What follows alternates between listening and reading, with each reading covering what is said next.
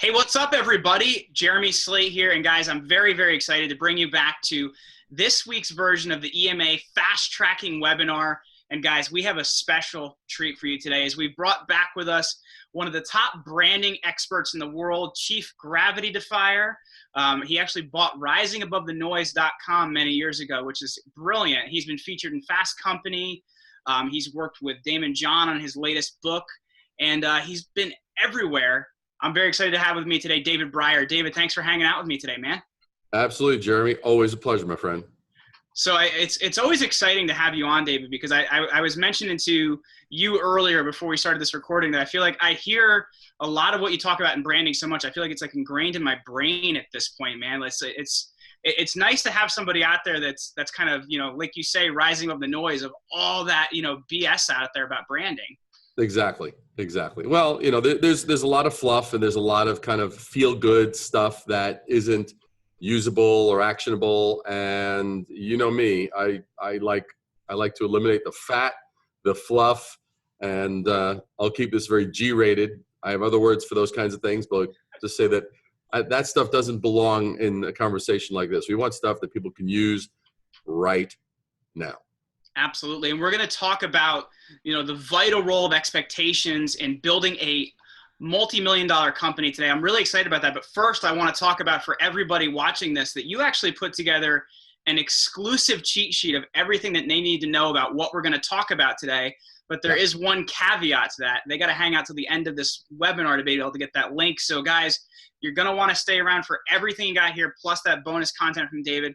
So David, I want to kind of talk about first, like why are we talking about the concept of expectations? Like, why is that so important to think about when we're building a multi-million-dollar company?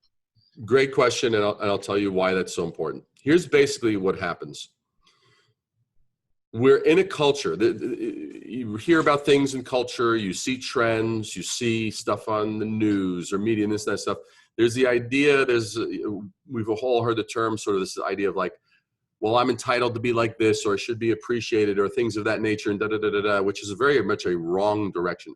An entrepreneur, their direction of activity is outward, into the environment, okay? They're pervading the environment. That's the job of any entrepreneur, any CEO, any company that's making it, any brand that you really love. A brand that is kind of like, just like a take brand. You and I don't feel good when we interact with it. But one that gives us, it's kind of like if I go to a store or I go online and it's like, hey, David, what can I do for you today, man? There's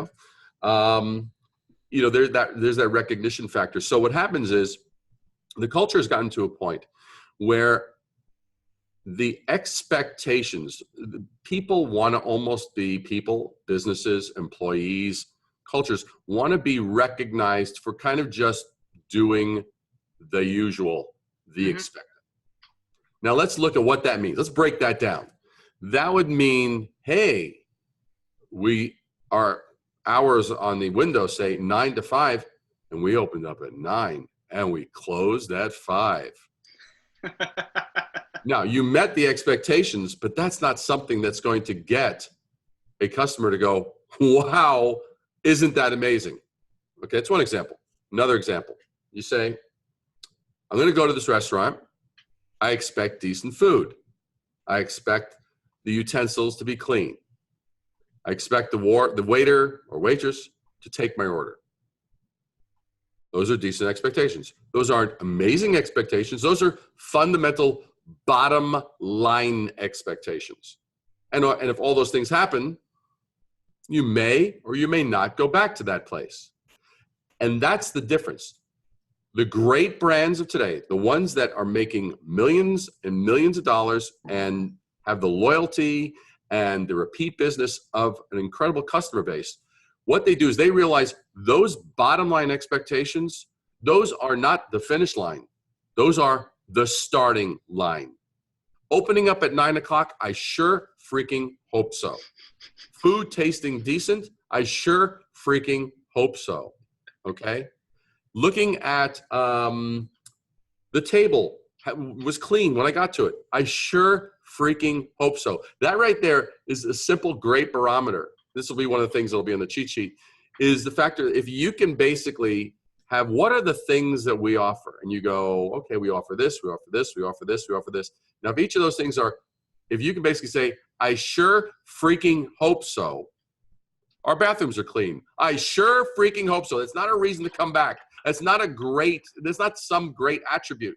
So you go, well, if I could just click off and go, I sure freaking hope so, I can guarantee you the more sure freaking hope so's that you have, and the less sort of like, well, that's above and beyond, then that's the more of those sure freaking hope so's you have, the quicker road you have to failure. It's just a matter of time.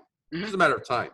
And if you even manage to eke out a business, you can have the lowest quality customer relationships because they're not going to be discerning customers. But so so that's one factor. The other factor is this. So that's a matter of your expectations, our expectations as a collective group, as a company, as colleagues, whatever. But then there's the outside world. You know, those people that we call customers that actually determine whether or not we're valuable enough to them to continue to do business with. Mm-hmm. So the thing is that today, you and I have so many choices. If I said, hey, Jeremy, that's a really awesome V-neck, man. I love that V-neck. I'm digging it. It's happening. It's very GQ, dude. Love the look. And I say, now, if I don't know the brand, I'm going to Google black V-neck. And how many results will I have? Probably will have 58,000 black V-necks that now come up. So what is going to make one stand apart from the other? Because every business needs to successfully differentiate itself if it's going to stand apart. So what happens is if it's just like, hey, made with nice material, doesn't fade after the first washing, it's like, or whatever else, doesn't smell musty after, after being in your closet for 2 days, whatever. These are not things to celebrate. These are like, I sure hope so, I sure hope so, I sure hope so, I sure hope so. So the thing you need to do is you don't only use it as your internal barometer of performance that demands that you place upon yourself as a company and a brand, but you also, on the other side of it, you then go, okay, are we ticking off enough exceptionals that are going to make us different and desirable and more valuable based against the external perception of what we offer to the world? I really think we need to get that in a t-shirt, by the way. We need t-shirts that say, I sure freaking hope so on them. I think that's the next big thing.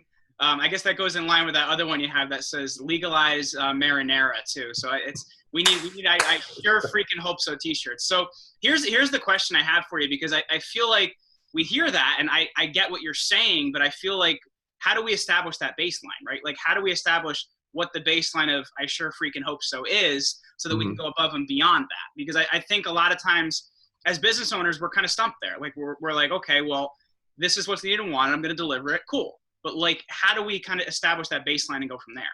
Great. So what I would do is I would basically say this. I'd say, okay, list down who are your top 5 or 8 competitors. Now, they may be competitors today, or they may be competitors that you want to be competitors. Like it's not so far into the future that, that it can't be relevant. I mean, it's like, let's say the next 6 to 9 months, you definitely want those to be your competitors. If the current competitors are not it wouldn't be much of an achievement. And then you look at it and you say, okay, so if I'm in the sneaker business and I'm selling sneakers, okay, good. So what's my material like? What's their material like? What are my synthetics like? What are their synthetics like? What's the cushion like? Do they start to squeak after a certain period of time? Do they absorb moisture? What are the things that they do? Boom, boom, boom, boom, boom. And so I would write down, what are your features, right? And then I would also then write down what are the features that my competitors have. Now, if all of them have the same type, it's just like, yep, they all have the same. I can tell you right now, you have not figured it out. Now, it may be, you may need to look in certain areas. Like, for example, it may be the factor that, hey, we're not, maybe our product has a lot of the similar features, but everybody else takes 2 weeks for it to get in your hands. We'll have it to you in 24 hours. Mm. That would be changing the level of expectation. All of a sudden, everything's different. You look at a great example for people who have probably seen this. When the Dyson vacuum cleaner came out, I think the vacuum cleaners had been the same for like 5 decades, right? They just had this bag and they had this suction mechanism, and the only thing they were doing they were changing the chassis and changing the look a little bit and seeing it blah, blah, blah, blah, but also all variations on a theme. Nothing essentially had changed. He comes out, he has with this whole little, what's the word? Like a ball. No, it's not the ball is the mechanism, how it rotates, but there's a siphon. It's like, and he has that. And so he has that whole mechanism. So one, he has the mechanism, a totally different mechanism. 2, he designs it with plastic so you could see through it. So you actually see the mechanism working. So it's not this invisible technology. 3, he introduces colors that are not like anybody else's. He like went wild, very much like when Apple was on the verge of collapse and Steve Jobs had come back and they came out with the first iMac, that one-piece iMac, that's sort of amorphous thing. And they were all, there was strawberry and there was blueberry and there was apple, and they had all of these different colors that were based on fruit flavors, but they used color and design as a differentiator. He did the same along with his technology. And literally, you could literally see it. I think it happened just within a couple months. Every other vacuum cleaner manufacturer became the old way it was done. Mm-hmm. They all collectively became one class of history, right?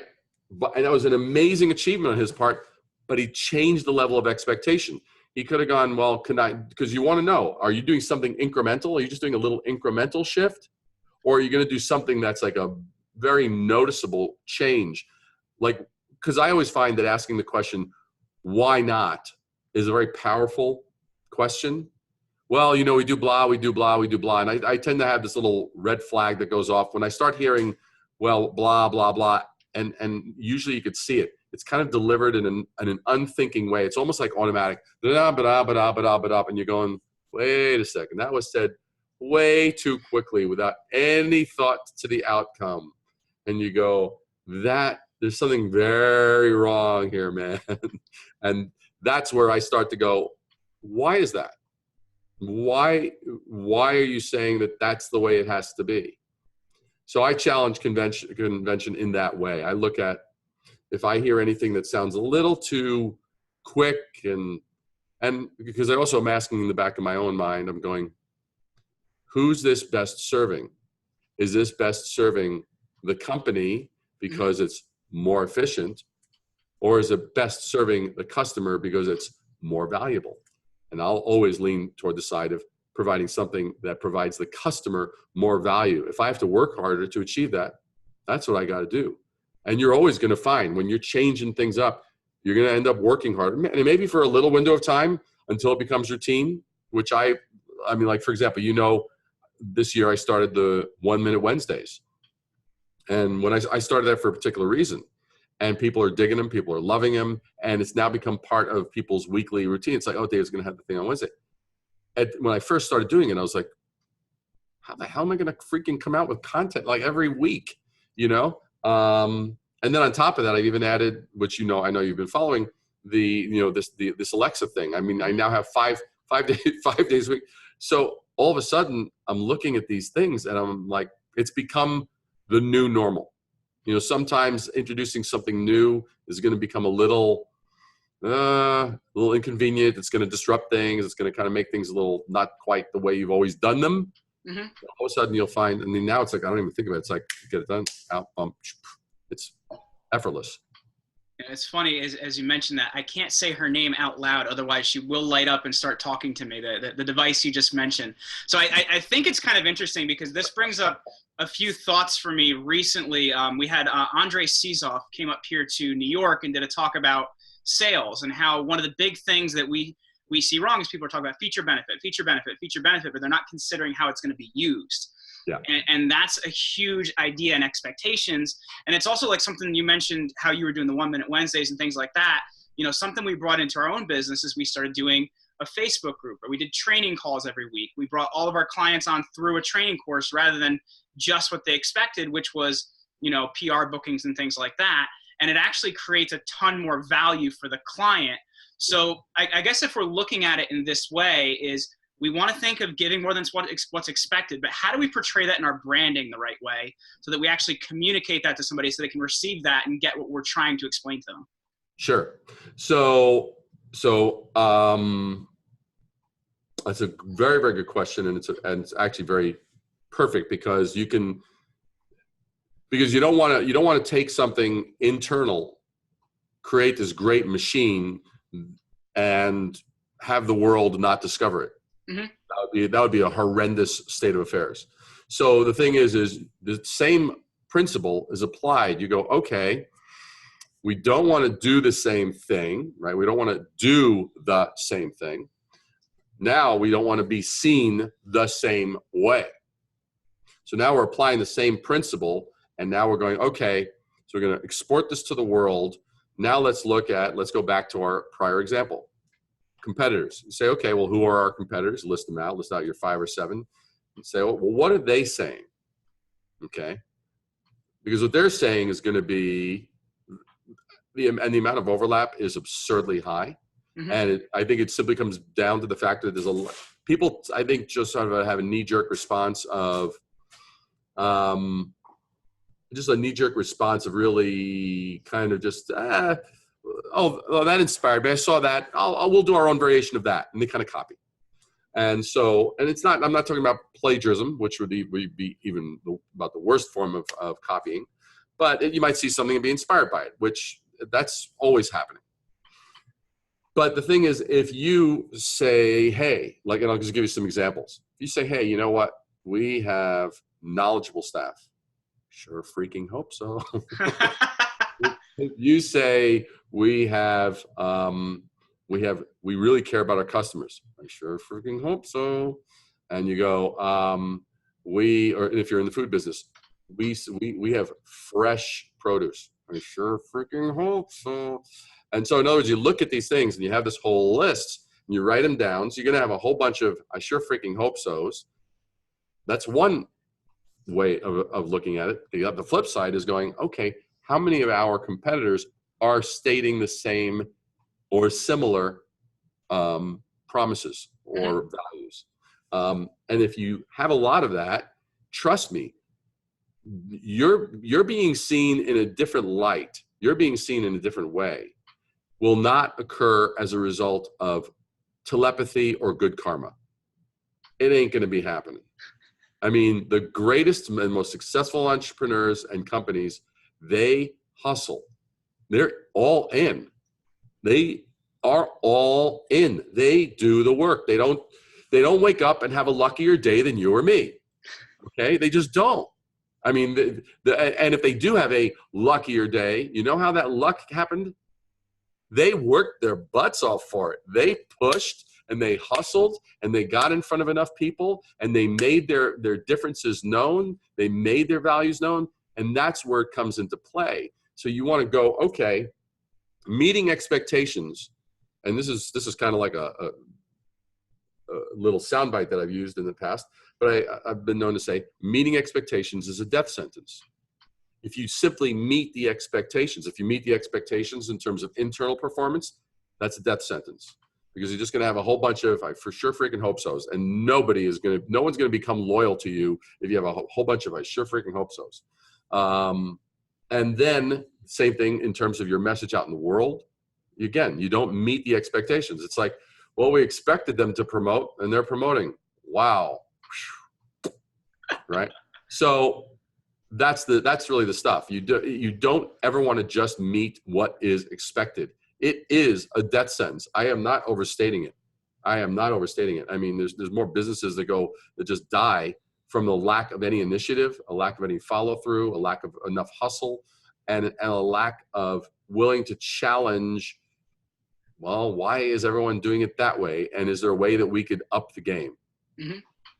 Well, so let's take that now and let's look at like when you put something like that in action, because I think it's interesting that you talk about, you know, continually doing that, because we hear that stupid myth of the overnight success and people don't see the 5 to 10 years in the making being consistent like that. But so let's look at when you put that into action, what that does for your business.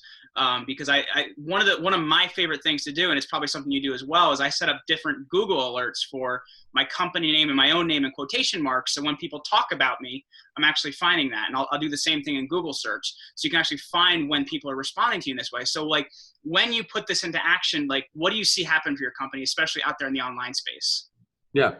Well, like for example, I mean, people reach out that weren't aware, but people reach out and ask for certain things that they weren't previously aware of, just because I took the initiative to basically be part of the dialogue. Mm-hmm.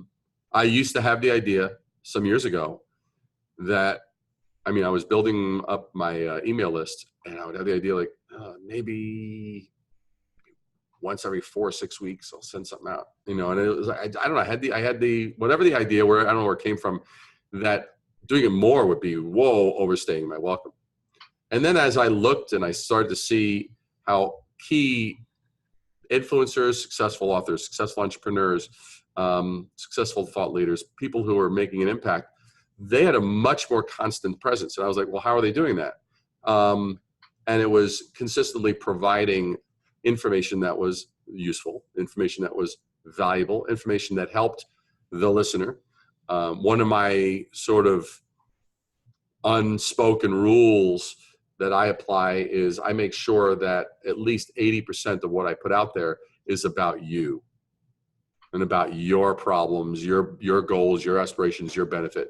And 15 to 20% will be about me, you know, about what if you want to hire me, or for how we can help you, or da-da-da-da-da. But that is pretty much a hard cast rule, that 80% is about you, the business owner, you, the brand, you, the entrepreneur. Because bottom line is when you're coming to me online on social stuff, you're more interested in what's going on in your world than you are in mine. Mm-hmm. That is a fact. I mean, I don't care what's going on. It's like if you have a dental office, they're not coming to you because you're just really nice. They're coming to you because they have a tooth problem. Okay, you know. And if people are coming to me because I'm entertaining and I'm cool and I'm fun and all this kind of stuff, but that's nice. But they're not coming to me they're coming to me because I can help their businesses grow. The same thing with you. I mean, Jeremy, you're awesome. You're a great interviewer. You do what you do really well. But they're coming to you not because you do those things. I mean, that's part of the package, but they're coming to you so what you can do for them. Mm-hmm. And so as long as you're oriented in that way, then things will happen. And I mean, so, you know, many people ask, they say, well, how did you get Damon John to to write your forward, you know, and for my book? And I tell them it was very, very interesting. I actually, being a fan of the show Shark Tank, I found it very interesting as a business owner, as an entrepreneur, as someone that works with multiple different kinds of businesses around the world. I found it interesting to see how the pitches were made and how the different sharks negotiated with one another. I found that all very fascinating. It was very interesting watching. So I'd watch it. And after watching it for whatever period of time, I had written an article for Fast Company magazine. For Fast Company, I had a blog, a contributor blog.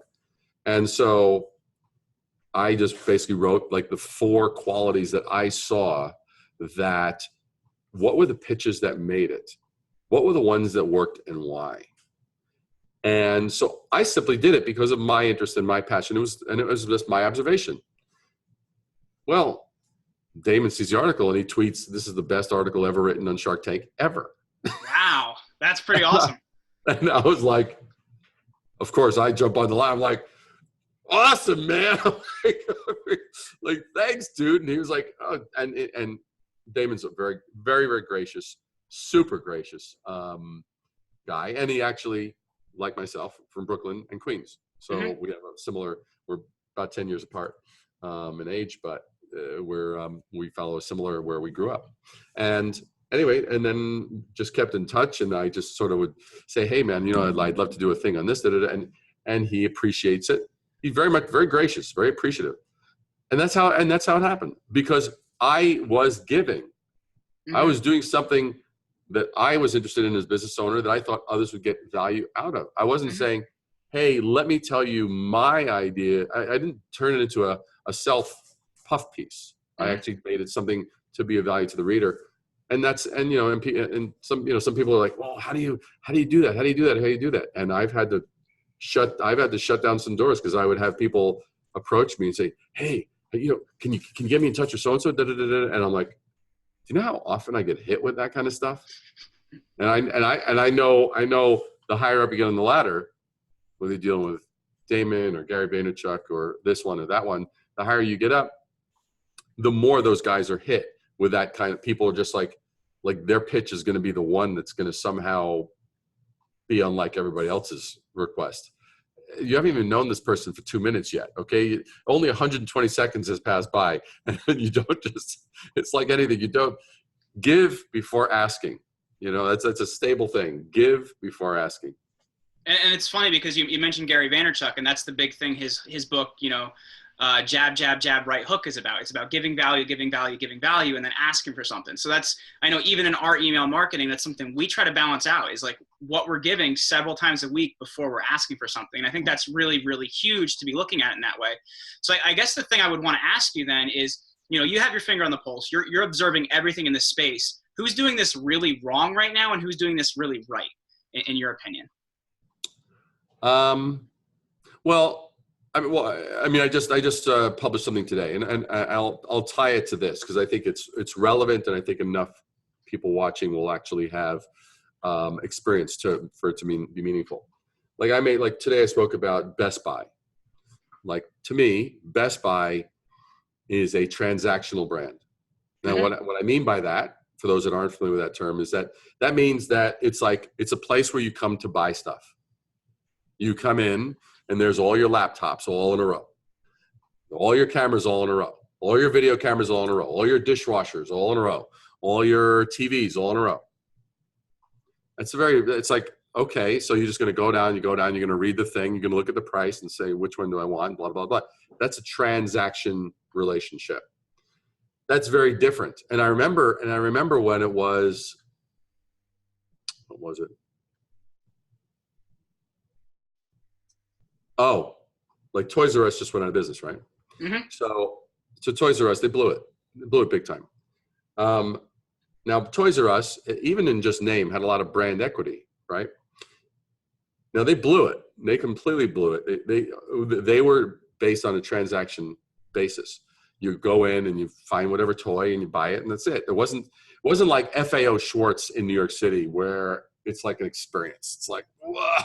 Right? You get a chance to run that giant keyboard, all that kind of stuff. Yeah, exactly. You run the keyboard, or even near us in the Mall of America, they have the Lego store where you could build these oversized Lego things or crayons, and I mean, it's like they talk about exceeding. If you want an example of exceeding limitation or exceeding expectations, great place to go to. That from the standpoint of what. If you want to just take a field trip, you go, okay, what could this have been if they just met expectations, and what did they do? And you will see this enormous gap. Because here's what the expectations were as far as the norms and what people fulfilled, and here's where they went. They went all the way to the top. So Best Buy, I would say, doesn't do it particularly right, because you know, it's like, say they got the blue shirts, they got the this, and occasionally they'll have an amusing advertisement. But what's their brand story? What's their thing? Why should I go there? Now, let's go back to Toys R Us. I remember when I was starting to see the writing on the wall with Toys R Us, and I'm going, why? And I actually had the same thought for Best Buy. How come Best Buy, as well as Toys R Us, don't have showrooms in the back where you get to experiment with, play with, discover, do different stuff? I mean, it's a physical location what can you do that you can't do on this? That's the question that needs to be asked. What can you, like, there's only so much can be done on this, right? So what can I do in the store that I can't do on this? Well, I can hear, I can hear certain things. I could watch certain things. I could test certain things. I could do stuff, but not just like them having their little game consoles and someone just coming over and do. How do I convert that into an experience where I'm giving so much more than the expectation? All they did as far as meeting expectation, they put product on the shelf. Mm-hmm. What did they do? What did they do on social media? I don't know specifically with those, but I can tell you based on their success rates, nothing of particular notable but value. So those are examples. Now you take, there are other places. There are certain restaurants that provide above and beyond. Nordstrom is famous for their customer service. Okay, famous, legendary. And you go in there, and are they the cheapest? Heck no. But you walk in knowing that already. But there's so much interest. There's so much value. There's so much. You will get catered to in a way that you won't get catered to in other destinations. And so that's how I almost would ask this of myself if I were a business looking at this. I'd say, how am I going to blow the mind of my prospect? Mm-hmm. How am I going to blow their mind? How am I going to take whatever? Because if you don't ask a question like that, you're looking at you're fulfilling the order. And that is just, again, meeting expectation is a death sentence. Well, and I think to mention another company here, I think Discover has actually done a really great job with this, because let's say when you call any customer service company, what's the biggest annoyance you get? The people aren't here in the US and they can sometimes not really handle your problem. So Discover actually looked at that, and their whole program is, hey, all of our customer service people are US based. Yep. And it is a very different experience. And it's funny because, 30 years ago, that's something we would have expected. Now it's something we beg for. And I think as a brand, it's something that you need to be observing, and you really need to, because in all of their advertising, all of their branding, they talk about, hey, our customer service reps are here in the US. So I know for me, if I want my problem solved, that's something I'm looking for. Yeah. And it comes down to weak observation. If you look at it, you go, okay, why did all the other companies make the stupid mistake of, what was it? We wanted to have live people. Oh, but live people in the US cost more. So we'll just replace it with people who may not be as familiar with the cultural needs or be as easy to understand. Mm-hmm. And so you go, okay, all right, so that's lazy observation. You could say, well, okay, it's fine because that's an economic solution. It's just a cost savings. Is that going to compromise the experience? If that compromises the experience, that isn't a solution. It isn't an option. If compromise enters in, well, people will understand. No. And see, these are gems. People, I'm gonna have to write this down, man. People will understand is a great one. If you go, people will understand. If you can add that to, well, people will understand. You'll know that what you're doing is just the wrongest thing possible. And that goes along with the other one, which is, I sure freaking hope so. Well, and it's funny because customer service, I feel like it's a real pain point, especially with banks and credit cards and things like that, because we have very specific problems we want to solve. And when somebody's just not, native English or native English culture, they don't quite grasp what you're trying to solve as well. So it can just be frustrating from a customer service standpoint. So that's a huge pain point. And a lot of big companies are, farming that out. So let me ask you then, David, just as we're kind of, winding down here, is there anything else that we should be thinking of when we're thinking about exceeding expectations with our brand? I would basically just look at this question. Would this solution, the one that you are providing as a business, whether it's a product or a service, would this solution excite me? Mm-hmm. One, would it excite me?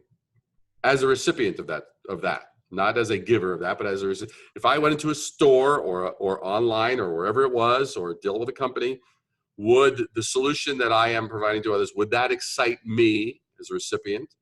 And then also I think,